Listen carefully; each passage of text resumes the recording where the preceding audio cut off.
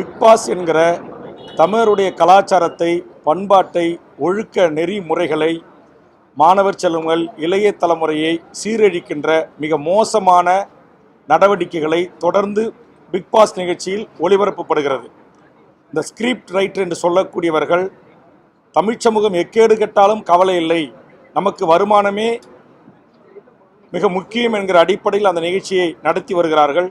சமீபத்தில் பார்க்கப்படுகின்ற அந்த காட்சிகள் எல்லாம் குடும்பத்தோடு, கணவன் மனைவியோடு, தாய் தந்தையோடு, ஒரு வயது வந்த பெண்ணோடு உட்கார்ந்து பார்க்க முடியாத, குழந்தை செல்வங்களோடு பார்க்க முடியாத அருவருப்ப அங்க அசைவு காட்சிகளும், படுக்கை அறை காட்சிகளும், ஆண் பெண் கட்டிப்பிடித்து முத்தமிடுகின்ற காட்சிகளும், இன்னும் நேரடியான உடலுறவு காட்சியை மட்டும்தான் அவர்கள் ஒளிபரப்பவில்லை. இவ்வளவு கேவலமான, கீழ்த்தரமான, அநாகரிகமான ஒரு நிகழ்ச்சியை விஜய் தொலைக்காட்சி நடத்தி தான் பணம் சம்பாதிக்க வேண்டுமா என்ற கேள்வி என் மனதில் எழுந்து நான் தொடர்ந்து ஜனநாயக ரீதியாக அறிக்கைகள் தந்து கொண்டிருக்கிறேன். சட்டமன்றத்தில் இது குறித்து கவன ஈர்ப்பு தீர்மானங்களை இன்றைய தினம் பேரவைத் தலைவர் அவர்களுக்கு தந்திருக்கிறேன். 2 நாட்களுக்கு முன்பாக தமிழ்நாடு அரசுக்கும் முதலமைச்சருக்கும் வேண்டுகோள் வைத்து உடனடியாக பிக் பாஸ் தடை செய்யப்பட வேண்டும் என்கிற கருத்தை பதிவு செய்திருக்கிறேன்.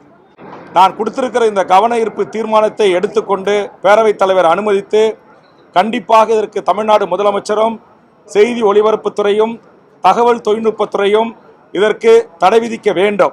இல்லை என்று சொன்னால் இத்தனை ஆண்டு காலமாக அறிவித்து ஜனநாயக ரீதியாக அறிக்கைகளை விட்டு பத்திரிகையாளர்கள் வேண்டுகோள் வைத்து விஜய் தொலைக்காட்சி அதை கண்டுகொள்ளாமல் புறந்தள்ளுகின்ற இந்த நிலை அவர்கள் உணர்த்துகிற வகையில் மிகப்பெரிய ஒரு முற்றுகை போராட்டத்தை தமிழக வாழ்வுரிமை கட்சி பிக் பாஸ் அரங்கத்திற்குள்ளாகவும் விஜய் தொலைக்காட்சி முன்பாகவும் பல்லாயிரக்கணக்கான தமிழக வாழ்வுரிமை கட்சியினுடைய தாய்மார்களை திரட்டி மிகப்பெரிய போராட்டத்தை நடத்துவோம்.